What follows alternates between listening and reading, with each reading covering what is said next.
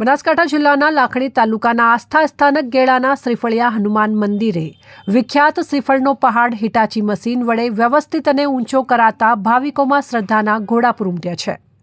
લોકવાયકા મુજબ એક તપસ્વી સંતના ઠપકા માત્રથી હનુમાન દાદાએ અહીં શ્રીફળનો આખો પહાડ સર્જી દીધો છે। ભાવિકો શ્રીફળ રમતું મૂકતા આ પહાડ દિન પ્રતિદિન વિશાળ બનતો જાય છે, જે સેલ્ફી ઝોન પુરવાર થયો છે। નવાઈની વાત એ છે કે આ શ્રીફળ ક્યારેય બગડતા કે ચોરાતા પણ નથી।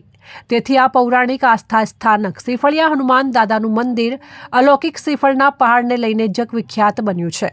જોકે આડેધડ રીતે રમતા મુકાતા શ્રીફળને લઈને શ્રીફળ વેર વિખેર થતા ભાવિકોના પગે ખૂંદાતા હતા અને ભાવિકોને પ્રદક્ષિણાનો રસ્તો પણ સાંકડો થઈ ગયો હતો, જેથી ભાવિકોની લાગણી ગવાતી હતી।